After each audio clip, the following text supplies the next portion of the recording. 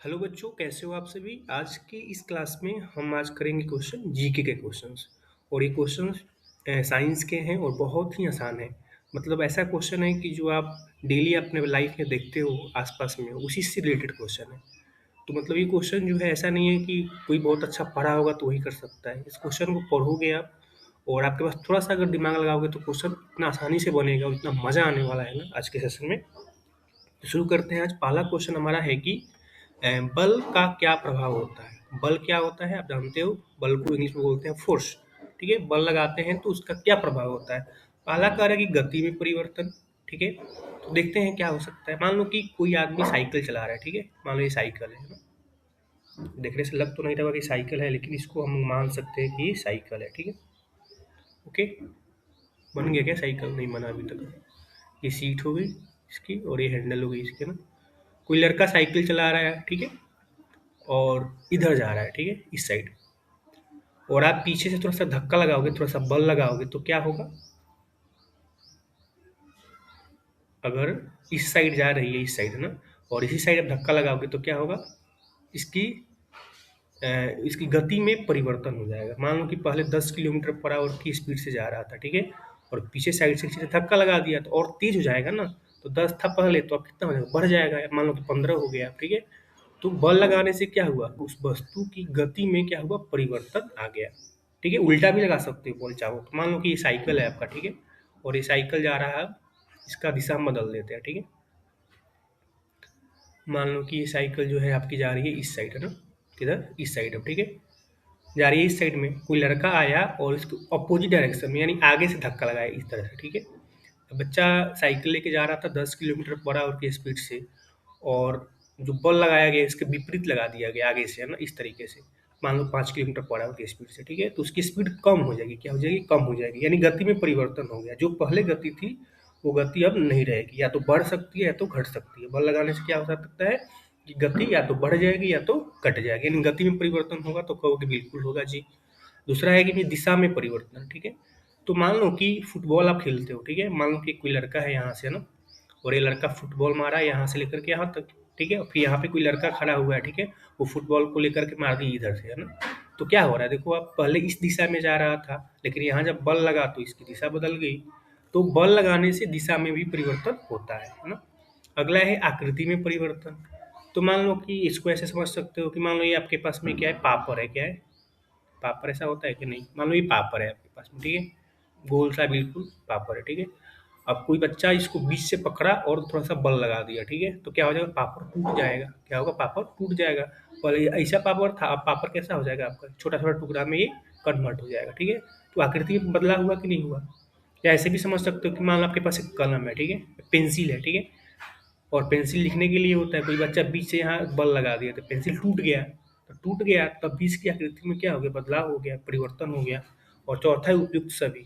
तो देखो, जब भी किसी वस्तु पे बल लगाते हो तो गति में परिवर्तन हो सकता है, दिशा में भी परिवर्तन हो सकता है, और आकृति में भी परिवर्तन हो सकता है। यानी इसका आंसर क्या हो जाएगा, उपयुक्त सभी। ये चारों चीज हो सकता है ना। उम्मीद करता हूँ समझ में आया होगा आपको क्वेश्चन। अगला जो क्वेश्चन है उसको देखो। कह रहा है कि यदि किसी वस्तु पर दो बल विपरीत दिशा में कार्य करते हैं तो इस पर लगने वाला कुल बल कितना होगा, है ना। इसको समझो आसानी से। मान लो कि एक एक कुर्सी है, ठीक है, और दो बच्चे हैं, चाहते हैं कि इसको, एक लड़का जो है चाहता है कि हम अपने घर लेकर के जाएं, है ना, और एक लड़का है चाहता है हम अपने घर के ले जाएं, ठीक है। मान लो इस लड़के का नाम ए है, इसका नाम बी है, ठीक है। अब ये लड़का अपनी तरफ खींच रहा है और ये लड़का अपनी तरफ खींचेगा। तो बताओ कि ये कुर्सी किसके घर जाएगी, ए के घर के जाएगी या बी के घर जाएगी। तो आप कहोगे कि ऐसे नहीं पता चलेगा ना। हम देखेंगे कि कौन ज़्यादा बल लगा रहा है। अगर ए ज़्यादा बल लगाएगा, मान लो कि ए ने बल लगाया 15 न्यूटन, कितना, बल को हम न्यूटन में मापते हैं, ठीक है, और बी ने लगाया बल 10 न्यूटन। तो आप बता सकते हो आप कि ये कुर्सी जो है किसके घर जाएगी, ए के घर जाएगी या बी के घर जाएगी। तो आप कहोगे कि ए ने 15 न्यूटन बल लगाया है ना, और बी ने 10 न्यूटन बल लगाया है, यानी बी ने बल कम लगाया है और ए ने ज़्यादा लगाया है। तो ये कुर्सी ए के घर जाएगी, ठीक है। लेकिन यही उल्टा केस कर देते हैं कि इस बार बी अगर मान लो कि 20 न्यूटन बल लगा रहा है और ए लगा रहा है आपका 10 न्यूटन, तो अब कुर्सी किसके घर जाएगी, तो आप कहो कि बी के घर जाएगी, है ना। और तीसरा केस क्या हो सकता है कि मान लो कि ए ने भी 15 न्यूटन बल लगाया और बी ने भी 15 न्यूटन बल लगाया, तो इस केस में क्या होगा, कुर्सी ना ए के घर जाएगी ना बी के घर जाएगी, जहाँ पे है वहीं पे रहेगी। ठीक है, यानी किसी वस्तु पे जब विपरीत दिशा में बल लगते हैं तो तीन कंडीशन हो सकता है, तीन केस हो सकता है, या तो जिसका बल ज़्यादा होगा उसके साइड जाएगा, है ना, या तो वस्तु वहीं पे रह जाएगी, है ना, ये हो सकता है। तो आप देखो यहाँ पे, मान लो कि हम लोग केस कौन सा रखते हैं, पहला वाला केस। ठीक है, पहला वाला केस क्या था कि ए ने 15 न्यूटन बल लगाया और बी ने 10 न्यूटन बल लगाया। ठीक है, तो आप कहोगे कि ये वस्तु किसके साथ जाएगी, तो कहोगे ए के घर जाएगी। किसके घर जाएगी, ए के घर, है ना। तो ए के घर क्यों जाएगी, तो कहोगे कि आपकी बी ने जितना बल लगाया उससे ज़्यादा बल ए ने लगाया। मैं पूछूंगा कितना ज़्यादा बल लगाया इसने, तो कहोगे कि इसने 15 लगाया था, इसने 10 लगाया, यानी 5 न्यूटन बल ज़्यादा लगा है। किसके द्वारा लगा है, ए के द्वारा। 5 न्यूटन बल किसके द्वारा लगा है, ए के द्वारा ज़्यादा लगा, इसकी वजह से कुर्सी ए के घर जाएगी, है ना। तो ये 5 न्यूटन हम आंसर कैसे पता करते हैं, तो कहोगे कि इसका अंतर निकाल दिए। क्या किए, अंतर निकाल दिए, दोनों का जितना अंतर हुआ निकाल दिया। तो इसमें आंसर क्या हो जाएगा, शून्य हुआ क्या, कहोगे नहीं शून्य तो नहीं होगा, दोनों बलों का योग योग थोड़ी कर रहा है, 15 और 10 में को ये तो 5 आया, जोड़ने से तो नहीं आया। तो कहोगे कि दोनों बल के अंतर के बराबर होता है, यानी दोनों बल में जितना अंतर होगा उसी के बराबर होगा, गुणनफल वाला भी नहीं होगा। तो आंसर क्या हो जाएगा, ऑप्शन नंबर 3, है ना। उम्मीद करता हूँ क्वेश्चन समझ में आ रहा होगा अच्छे से। अगला क्वेश्चन तो और भी बढ़िया है ना। अगला क्वेश्चन पढ़ो, लिखा हुआ है कि निम्न में से घर्षण कम करने वाली प्रक्रिया नहीं है, माने किसके माध्यम से घर्षण कम नहीं होती है। घर्षण का मतलब क्या होता है, जब मान लो कि आप चलते हो तो पैर आवाज करता है ना, खस खस करता है, तो वो भी घर्षण की वजह से होता है। हम लिख रहे हैं, अगर मान लो ये पेन से लिख रहे हैं, ठीक है, यहाँ पे हमने लिख दिया क्लास 8, है ना, तो क्लास 8 किसके माध्यम से लिख पा रहे हैं, तो ये भी घर्षण की वजह से हो रहा है। कहाँ कहाँ घर्षण हो रहा है, तो हमारे लिखने वाला जो टैप है उसके ऊपर में और पेन के बीच में, है ना। आप भी जब कॉपी पे लिखते हो तो घर्षण की वजह से ही लिख पाते हो। घर्षण किसके किसके बीच होता है, तो कहोगे कि कॉपी के बीच होता है और कलम के बीच होता है, घर्षण होता है तो हम लिख पाते हैं। और घर्षण का और भी देखो, मान लो कि एक कोई साइकिल चला रहा है, ठीक है, तो कभी कभी देखोगे ना साइकिल चलाता है तो आवाज आता है, चों चों चों, है ना। और एक नई साइकिल जब जाती है तो बगल से पास हो जाएगी, आपको पता भी नहीं चलेगा। तो आखिर पुरानी साइकिल इतनी आवाज़ क्यों करती है, तो आप कहोगे, है ना, कि उसमें घर्षण ज़्यादा लगता है ना। उसमें भी थोड़ा सा ऑयल वगैरह डाल दोगे तो क्या हो जाएगा, वो भी काफ़ी आसानी से चलना शुरू हो जाएगा ना। तो पहला है कि कैरम बोर्ड पर महीन पाउडर छिड़कना ना, तो कैरम बोर्ड पे महीन पाउडर इसलिए छिड़का जाता है ताकि घर्षण क्या हो, कम हो, है ना। घर्षण कम करने के लिए इसका यूज करते हैं। दूसरा है दरवाजे के कब्जे में तेल की कुछ बूंदे डालना, जब भी दरवाजा क्या हो जाता है, थोड़ा जाम हो जाता है तो हम उसमें थोड़ा सा तेल डाल देते हैं, तो दरवाजा आसानी से खुलता है और बंद होता है, आवाज़ भी नहीं करता। ठीक है, तो इससे भी हम घर्षण को कम करते हैं। तीसरा है मशीन की गतिशील भागों में ग्रीस लगाना, ठीक है, ग्रीस लगाना, है ना। तो मशीन जो होता है, कोई भी चीज़ साइकिल हो गया, बाइक हो गया, तो बीच में हम लोग थोड़ा सा मोबिल या ऑयल डालते हैं, ग्रीस डालते हैं, किसकी वजह से, घर्षण को कम करने के लिए। और चौथा है जूतों की तली खांचेदार बनाना, मान लो जूता है और उसको और खांचेदार बनाओगे आप, ठीक है, तो क्या होगा, घर्षण इससे बढ़ेगा, क्या होगा, इससे घर्षण बढ़ेगा। तो यही तो पूछ रहा था कि निम्न में से घर्षण कम करने वाली प्रक्रिया नहीं है, तो इसकी वजह से घर्षण कम नहीं होगी, बढ़ जाएगी, क्या हो जाएगी, घर्षण इससे बढ़ जाएगी। और बाकी चीज़ें क्या है, घर्षण कम करने वाली चीज़ें, है ना। अगला क्वेश्चन देखते हैं, क्वेश्चन नंबर 48। देखो ये क्वेश्चन उसी से आगे है ना, कि कागज पर पेन या पेंसिल से लिखते समय किस प्रकार का बल लगता है, तो गुरुत्व बल लगेगा, तो कहोगे नहीं, चुंबक बल इसे नहीं लगेगा, स्थिर वैद्युत बल ये भी नहीं लगेगा, कौन सा बल लगेगा, घर्षण बल। घर्षण बल की वजह से हम किसी कागज पे पेन की सहायता से लिख पाते हैं ना। आते हैं अगले क्वेश्चन पे।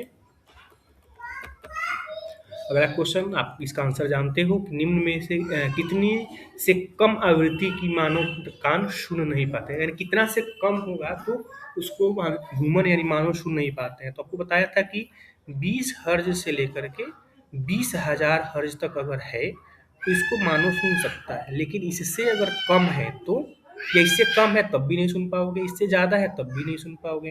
तो हमने देखा 30 हर्ज सुन सकते हो, 40 हर्ज भी सुनोगे, 50 हर्ज भी सुनोगे, यानी कि 20 हर्ज से अगर कम होगा, क्या होगा, 20 हर्ज से कम होगा तो इसको सुनोगे, तो नहीं सुनोगे। तो इसका आंसर क्या हो जाएगा, ऑप्शन नंबर 1, ठीक है। आते हैं अगले क्वेश्चन पे। अगला क्वेश्चन का आंसर भी आपको अच्छे से पता है कि क्वेश्चन है कि ध्वनि का संचरण नहीं हो सकता है, ध्वनि किस माध्यम में गति नहीं कर सकती, जल में करती है, वायु में करती है, ठोस में करती है, नहीं करती है तो कहाँ, निर्वात में, है ना। ये मैंने आपको क्लास में भी पढ़ाया था, तो ध्यान होगा तो, है ना। आते हैं अगले क्वेश्चन में। अगला क्वेश्चन बहुत आसान है कि बीजों को बड़े पैमाने पर पीड़कों नहीं कीड़ों से, है ना, कीड़ों से सुरक्षित किया जाता है। कैसे इसको सुरक्षा देंगे? साइलों में रख सकते हैं, भिगो सकते हैं, भंडार गृह में भी रख सकते हैं, ठीक है।